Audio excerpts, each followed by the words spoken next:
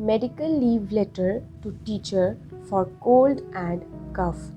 To the principal / class teacher, name of the school, name of the place, which means the address of your school, date, subject, request for leave due to cold and cough. Respected sir / madam, with due respect, I want to tell that I have been ill since yesterday, so I will not be able to come to school tomorrow. The doctor has said that I have got viral flu, so I should rest at home.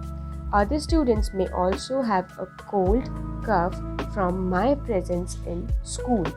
So, I kindly request you to grant me 1 day leave, that is on 5 May 2022. Your obedient student, name of the student, class of the student, and roll number of the student.